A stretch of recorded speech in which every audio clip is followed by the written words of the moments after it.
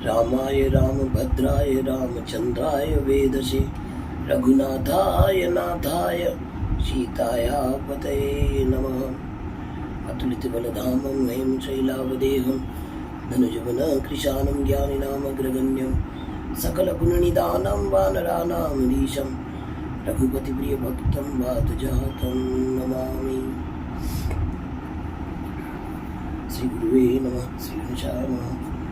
सनत कुमार ने नारद जी को पूछा, रामायणम केन प्रोक्तम सर्वधर्म फलप्रदम प्राप्त कथम गौतमेन सौदाशव मुनिषत्तमः। यह मुनिश्रेष्ठ संपूर्ण धर्म का फल देने वाली रामायण कथा का किसने वर्णन किया है? सौदास को गौतम द्वारा कैसे शाप प्राप्त हुआ है? फिर ये रामायण के प्रभाव से किस प्रकार शाप मुक्त हो गए थे? 3 प्रश्न क्या? उत्तर में नारद जी कहते हैं, श्रीनु रामायणं विप्रम यद वाल्मीकि मुखोद्गतम नवान्ना खलु श्रोतव्यम रामायण कथामृतम। श्रीनु रामायणं विप्र यद वाल्मीकि मुखोद्गतम। हे विप्र, हे ब्राह्मणों, रामायण का प्रादुर्भाव महर्षि वाल्मीकि के मुख से हुआ है ना। नवान्ना खलु श्रोतव्यम रामायण कथामृतम। इस रामायण के अमृतमयी कथा को 9 दिनों में सुनना चाहिए। क्या तो उदाहरण देते हैं, 9 दिनों में सुनने से क्या प्राप्त होता है? तो एक उदाहरण के द्वारा समझाते हैं। आस्ते कृत योगे विप्र धर्म कर्म विशारदः सोमदत्त इति ख्यातो नामना धर्म परायणः। सत्ययुग में एक ब्राह्मण थे जिन्हें धर्म और कर्म का संपूर्ण ज्ञान था, विशेष ज्ञान था। उनका नाम सोमदत्त था। ये सदा धर्म के पालन में तत्पर रहते थे। विप्रस्तु गौतमाख्येन मुनिना ब्रह्मवादीनां श्रावितः सर्वधर्मांश्च गंगातीरे मनोरमे। उस सौदास ब्राह्मण ने, जो सोमदत्त ब्राह्मण है, बाद में सौदास नाम भी है उनका, सौदास नाम भी पड़ा। उन्होंने ब्रह्मवादी गौतम ऋषि से संपूर्ण धर्मशास्त्र का अध्ययन किया। पुराण शास्त्र कथनैः तेनाशु बोधितो बिचम श्रुतवान् सर्वधर्मान् वै तेन उक्तान् अखिलान् अपि। गौतम ऋषि ने उनको पुराण तथा शास्त्र के द्वारा तत्वों का बोध करवाया है ना। और सौदास ने भी गौतम से उनके बताए हुए संपूर्ण धर्म का श्रवण किया था। कदाचित परमेश्वरस्य परिचर्या परो भवत् उपस्थितायापि तस्मै प्रणामं न चकार। एक दिन की बात है, सौदास परमेश्वर भगवान शिव की आराधना में लगे हुए थे। उसी समय उनके गुरुजी वहां उपस्थित हुए, लेकिन उन्होंने अपने गुरुजी को प्रणाम नहीं किया। इससे क्या हुआ? सतु शांत महाबुद्धि गौतमस्तेजसामिति शास्त्रोदितानि कर्माणि करोति समुदमयो। सतु शांत महाबुद्धि गौतमस्तेजसामिति। तेज नीति गौतम ऋषि उसमें रुष्ट नहीं हुए, उल्टा और प्रसन्न हो गए कि मेरा जो शिष्य है शास्त्रोक्त कर्म का अनुष्ठान कर रहा है। किंतु जिनका अर्चना कर रहा है, यस्तु अर्चितो महादेव शिव सर्व जगत गुरु गुरुर्भज्ञा कृतं पापं राक्षसत्वे नियुक्तवान् उवाच प्राञ्जलिर्भूत्वा विनयेषु चको विदः। यस्तु अर्चिता महादेव, जिनका अर्चना कर रहा है वो महादेव शिव सर्व जगत गुरु भगवान शंकर, इनको ये पाप सहन नहीं हुआ। उन्होंने तुरंत उसको शाप दिया कि तूने गुरु का अवज्ञा किया, इसलिए तो राक्षसत्वे नियुक्तवान, राक्षस योनि में चला जा। तुरंत वो अपने गुरु जी से हाथ जोड़ के विनय से प्रार्थना करने लगे हैं। विप्रोवाच भगवन् सर्वधर्मज्ञं सर्वदर्शिन् सुरेश्वरः क्षमस्य भगवन् सर्वं अपराधः कृतो मया। हे संपूर्ण धर्म की ज्ञाता मेरे गुरुदेव भगवान, मैंने जो अपराध किया वो सब आप मुझे क्षमा कीजिए। गौतम उवाच, गुरुजी तुम देखिए, इसलिए गोस्वामी जी कहते हैं, कृपा करो गुरुदेव की नाय, जय जय जय हनुमंत गुसाई। क्या है? कृपा करो गुरुदेव की नाई, हनुमान चालीसा में है ना। क्या कहते हैं कि गुरुदेव के जय जय हनुमान जय कृपा करो गुरुदेव विघ्नाय। गुरुदेव के जैसे कृपा करो, क्योंकि गुरुदेव तुरंत कृपा करते हैं, इसलिए तुरंत कहा है गुरुदेव कृपा करो। इन्होंने भी तुरंत गुरु जी से प्रार्थना की, शंकर भगवान से नहीं प्रार्थना की, इसलिए कृपा करो गुरुदेव विघ्नाय, है ना। विप्र उवाच तो गौतम उवाच ऊर्जे माशेषिते पक्षे रामायण कथामृतं नभन्न चैव श्रोतव्यं भक्तिभावेन सादरं नात्यंतिकं भवेत् एतद् द्वादशाब्दं भविष्यति। हे वत्स, कार्तिक मास के शुक्ल पक्ष में तुम रामायण की अमृतमयी कथा को भक्ति भाव से, देखो यहाँ पे कोट करना चाहिए, भक्ति भावेन सादरम, भक्ति भाव से आदर पूर्वक उस कथा को श्रवण करो। इस कथा को 9 दिनों में सुनना चाहिए। नवन्न चैव श्रोतव्यम, 9 दिनों से सुनना चाहिए। ऐसे करने से क्या होगा? ऐसा करने से यह शाप अधिक दिनों तक नहीं रहेगा। कितना दिन रहेगा? बोले द्वादशाब्दम भविष्यति, भविष्य में ये 12 वर्ष तक ही रहेगा। विप्र उवाच, मतलब सूरदास ने पूछा गुरु जी को, केन रामायणं प्रोक्तं चरितानि तु कस्य वै एतत् सर्वं महाप्राज्ञ संक्षिपात् वक्तुमर्हसि मनसा प्रतिमापन्नो ववन्दे चरणों गुरोः। रामायण की कथा किसने कही है तथा उसमें किसके चरित्र का वर्णन किया गया है? एतत् सर्वं महाप्राज्ञ संक्षिपात् वक्तुमर्हसि, यह सब संक्षिप्त से है महाप्राज्ञ, एकदम संक्षिप्त से हमें बताइए। क्यों? क्योंकि मनसा प्रतिमापन्न ववन्दे चरणों गुरोः। ऐसा कहकर उन्होंने मन ही मन सूरदास ने मन ही मन गुरु जी के चरणों में वंदना की, प्रणाम किया। गौतम उवाच श्रीनु रामायणं विप्र वाल्मीकिर्मुनिना कृतं येन रामावतारेण राक्षसा रावणादयः अतस्तु देवकार्यं हि चरितं तस्य तच्छृणु कार्तिके चोषिते पक्षे कथा रामायणस्य तु नवमे अवनि श्रोतव्या सर्व पाप प्रणाशिनी।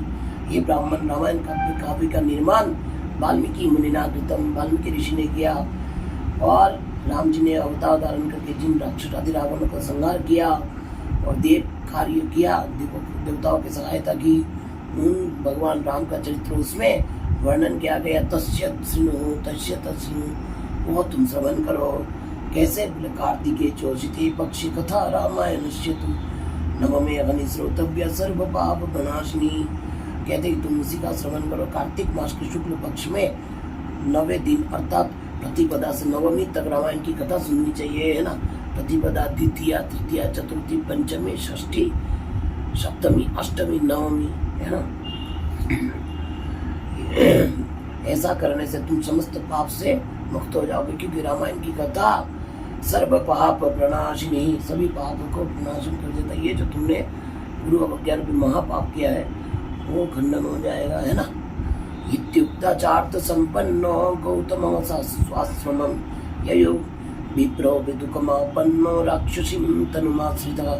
ऐसा कहकर पूर्ण काम गौतम ऋषि अपने आश्रम को चले गए। इधर सोमदत्त यशोदास नामक ब्राह्मण ने दुखमग्न होकर राक्षस शरीर का आश्रय लिया।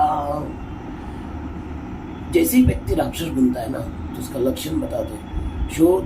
क्षुत पीड़ित पिपाचार्तो नित्यं क्रोध परायणः कृष्णक्षपाद्य तीर भीमो बभ्राम विजने बने।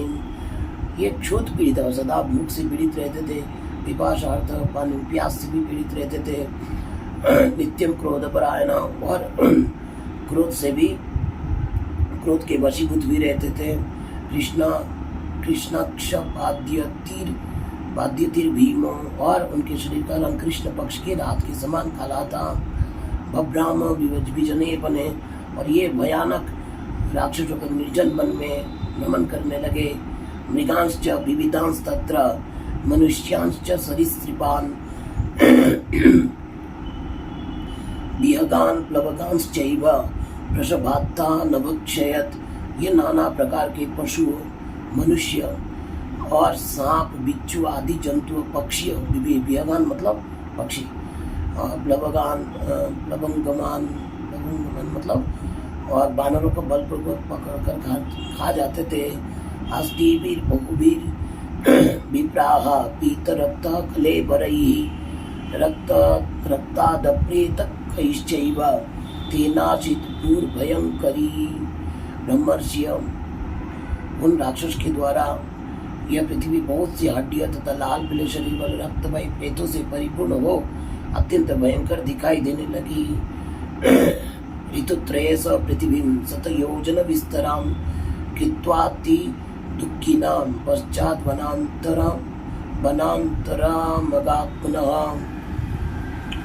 6 महीने में ही 100 योजन विस्तृत भूभाग को अत्यंत दुखित करके और राक्षस पुनः दूसरे किसी वन में चला गया। कहाँ गया? तत्रापि कृतवान् नित्यं नरमांसा शनं तदा जगामो नर्मदा तीरे सर्वलोक भयंकर। वह भी प्रतिदिन नरमांस का भोजन करता रहा। वहाँ भी कहाँ पे? नर्मदा के तट पर संपूर्ण लोगों के मन में भय उत्पन्न करने वाला वो राक्षस घूमता घामता नर्मदा जी के तट पर जा पहुंचा। नर्मदा जी अभी भी कलयुग में एक पवित्र नदी है, परिक्रमा करते लोग। ये तस्मिन्नन्तरे प्राप्त कश्चित् विप्रति धार्मिकः कलिंग देश संभूत नाम्ना गर्ग इति स्मृतः। इसी समय कोई अत्यंत धर्मात्मा ब्राह्मण उधर आ निकला। किधर?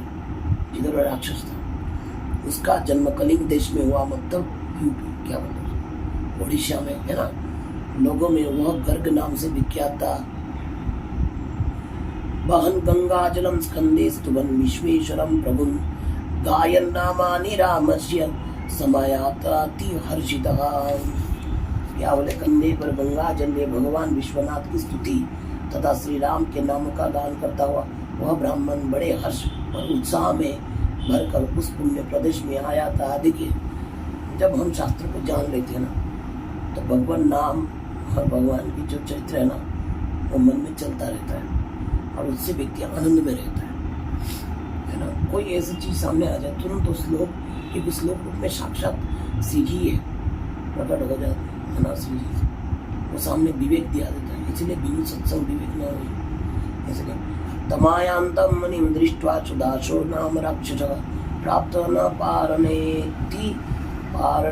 पारणेत्युक्तां भुजा भूदम्यतं वयो तेन कीर्तितनामानि श्रुत्वा दूरे व्यवस्थितः अशक्तस्तं द्विजा हन्तुम् इदमुचे स राक्षसः। गर्ग मुनि को आते देख राक्षस सुदास बोल उठा। क्या बोला? तमायांतम मुनिं दृष्ट्वा, मतलब इस तरह बात हुई है। इस ब्राह्मण को देख के सुदास नाम के राक्षस बोल उठा। क्या बोला? प्राप्त न पारणेति उक्त्वा भुजा भूदम्यतं ययो, है ना। अपने दोनों हाथ को उठा करके बोला, मुझे तो भोजन प्राप्त हो गया। तेन कीर्तितनामानि श्रुत्वा दूरे व्यवस्थित। किंतु वह ब्राह्मण भगवान का नाम और यश कीर्तन करके आ रहे थे, इसीलिए उनके पास वो श्रवण करके उनके पास जा नहीं पाया। अशक्तस्तम द्विजम हंतुम इदमुचेश राक्षसः। उन द्विज को मारने के लिए अशक्त हो गया, मतलब समर्थ नहीं है उसमें। वो दूर से खड़ा होके ये बोलने लगा। क्या बोला? राक्षस उवाच ओहो भद्र महाभाग नमस्तुभ्यं महात्मने नाम स्मरण मात्रेण राक्षसापि दूरगाः मया प्रवक्षितः पूर्वं विप्राकोटि सहस्रशः। राक्षस ने कहा, यह तो बड़ी आश्चर्य की बात है। हे भद्र, हे महाभाग, आप महात्मा को मेरा नमस्कार है। आप जो भगवान नाम का स्मरण कर रहे हैं, क्योंकि प्रेम से कर रहे थे ना। भगवान नाम मतलब साक्षात भगवान है ना। इतने में ही मेरे राक्षस बाप दूर भाग गया। मैंने पहले कोटि सहस्र ब्राह्मणों का वध किया, लेकिन आपको नहीं कर पाया, है ना। नाम प्रावरम विप्र रक्षति त्वं महाभयात् नाम स्मरण मात्रेण राक्षसापि भो भयम राम शांतिम समापन्ना महिमा को च्युतस्य ही। ब्राह्मण, आपके पास जो नाम रूपी कवच है वही राक्षस के महान भय से आपकी रक्षा करता है। आपके द्वारा किए गए नाम स्मरण मात्र से हम राक्षसों को भी परम शांति प्राप्त हो गई। यह भगवान अच्युत की कैसी महिमा है। सर्वदा त्वं महाभाग रागादि रहितो द्विजम राम कृता प्रभावेन प्राह्यस्मात् पातकाधमात्। महाभाग ब्राह्मण, आप श्री राम कथा के प्रभाव से सर्वथा राग और दोष से रहित हो गए। ना किसी से अनुराग है, ना किसी से द्वेष, क्योंकि सब में सिया राम, मैं सब में राम जी को देखते किसके प्रभाव से, है ना, राम कथा प्रभावेन, राम जी की कथा के प्रभाव से, है ना। तो आप मुझे इस अधम पातक से बचाइए। गुरुवज्ञा मया पूर्वं कृता च मुनिषत्तम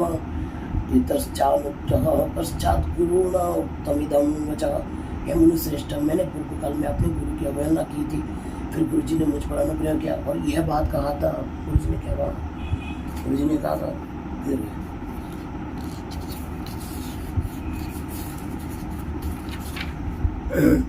वाल्मीकि मुनिना पूर्वं कथा रामायणस्य च ऊर्जेमा चेचिते पक्षे श्रोतव्या च प्रयत्नतः।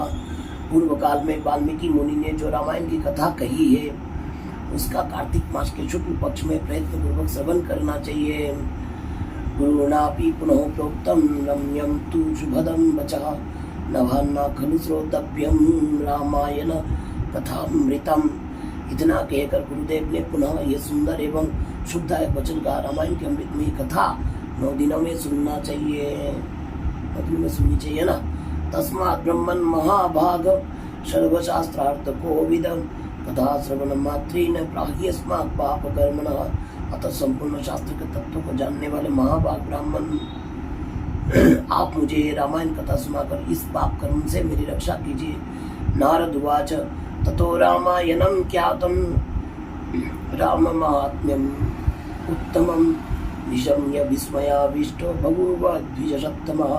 ततो विप्रा कृपाविष्टो राम नाम परायणः सुदाश राक्षसं नाम चेदं वाक्यम् अथा ब्रवीत्। ततो रामायणं ख्यातं राम महात्म्यम् उत्तमम्। उस समय वहाँ राक्षस के मुख से रामायण का परिचय तथा श्री राम के उत्तम महात्म्य का वर्णन सुनकर द्विजश्रेष्ठ गर्ग आश्चर्यचकित हो उठे और क्या बोले, ततो विप्रकृपाविष्टम। तब श्री राम का नाम ही उनके जीवन का अवलंब था। ये ब्राह्मण देवता उस राक्षस के प्रति दया से द्रवित हो गए और सुदास इस प्रकार बोले, क्या बोले, विप्रोवाच राक्षसेन्द्र महाभाग मतिस्ते विमला अभवत् अस्मिन्नुर्जे चिते पक्षे रामायण कथां शृणु शृणुत्वं राम महात्म्यम राम भक्ति परायणम। हे महाभाग राक्षस राज, तुम्हारी बुद्धि निर्मल हो गई है। इस समय कार्तिक मास का शुक्ल पक्ष चल रहा है, इसमें रामायण की कथा तुम सुनो। राम भक्ति परायण राक्षस, तुम श्री रामचंद्र जी के महात्म्य का श्रवण करो। राम ध्यान पराणाम च कः समर्थः प्रबाधितुम राम भक्ति परो यत्र तत्र ब्रह्मा हरि शिवः तत्र देवाश्च सिद्धाश्च रामायण परानराः। श्री रामचंद्र जी के ध्यान में तत्पर रहने वाले मनुष्य को बाधा पहुंचाने में कौन समर्थ, कहाँ समर्थ। तथा जहाँ श्री राम का भक्त है वहाँ ब्रह्मा विष्णु शिव विराजमान है, वही देवता सिद्ध तथा रामायण का आश्रय लेने वाले मनुष्य है ना। तस्मात् दुर्जे चिते पक्षे रामायण कथां शृणु नभान्ना खलु श्रोतव्यम सावधान सदा भव। अतः इस कार्तिक मास के शुक्ल पक्ष में तुम रामायण की कथा सुनो। 9 दिनों तक इस कथा को सुनने का विधान है, अतः तुम सदा सावधान होकर सुनो। इत्युक्ता कथयामास रामायण कथां मुनि कथा श्रवण मात्रेन राक्षसत्वम् अपाकृतम्। ऐसा कहकर गर्ग मुनि ने उसे रामायण की कथा सुनाई और कथा सुनने से क्या हुआ, बोले कथा श्रवण मात्रेन राक्षसत्वम् अपाकृतम्। कथा सुनते उसका राक्षसत्व दूर हो गया। अभिसृज्य राक्षसं भावम् अभवद्दीपतोपमः।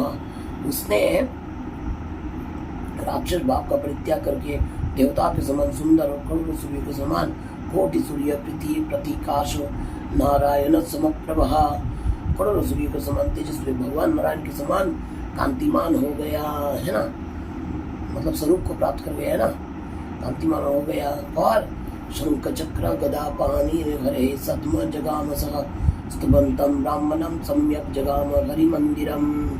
अपनी 4 भुजाओं में शंख चक्र गदा पद्म लिए वह श्री हरि के वैकुंठ धाम में चला गया। इसे कहते हैं सालोक्य मुक्ति है ना, मुक्ति प्राप्त, भगवान का लोक प्राप्त हुआ है ना।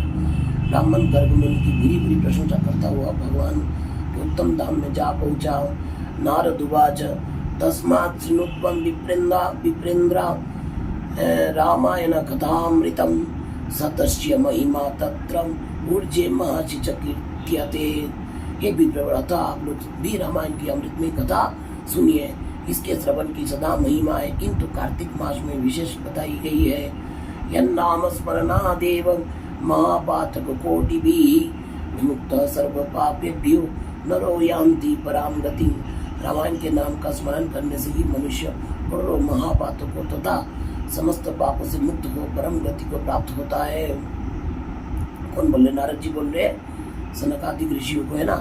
रामायणेति यन्नाम सकृत् अभिउच्यते यदा तदैव पाप निर्मुक्तो विष्णुलोकं स गच्छति। बोले रामायण पूरा मत सुनो, खाली एक बार मनुष्य रामायण इस नाम का जब एक बार भी उच्चारण करता है तभी वो समस्त पाप से मुक्त हो जाता है, अंत में भगवान विष्णु के लोक में चला जाता है। ये पठन्ति सदा आख्यानं भक्त्या श्रीमन्ति ये नराः गंगा स्नानच्छतं शतगुणं तेषां संजायते फलम। ये पठन्ति सदा आख्यानं, इस आख्या को जो भक्ति भाव से भक्त्या श्रीमन्ति ये नराः भक्ति भाव से पढ़ता है या सुनता है, वह मनुष्य गंगा स्नान शतगुणम, गंगा स्नान से भी शतगुण संजायते फलम, पुण्य को प्राप्त करता है ना। इसी प्रकार से इति स्कंद पुराणे उत्तरखंडे नारद सनत कुमार संवादे रामायण महात्म्ये राक्षस मोक्षणम नाम द्वितीय अध्यायः। श्री सीताराम अर्पणमस्तु। कह के हम समाप्त करते। सियावर रामचंद्र जी की जय।